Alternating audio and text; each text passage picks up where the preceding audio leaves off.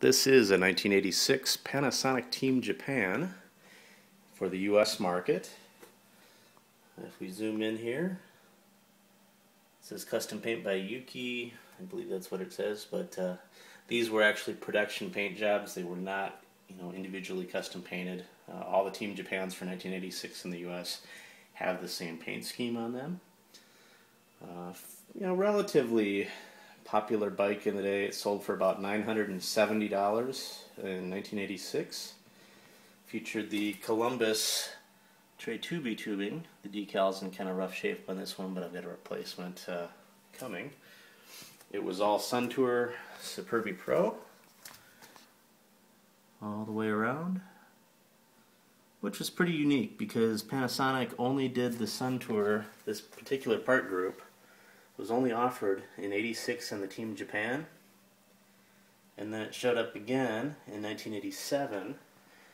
They did away with the Team Japan name and called it the Team National, which very cool bike, but also very rare. I think I've seen maybe one of them in my lifetime. So Team Japan's were maybe a bit more popular. I've seen maybe a half dozen of these, but again, quite uncommon. The wheels are actually aerotubulars with Continental tires on them, and everything is the Suntour Superbe Pro all the way around. Up to the handlebars here.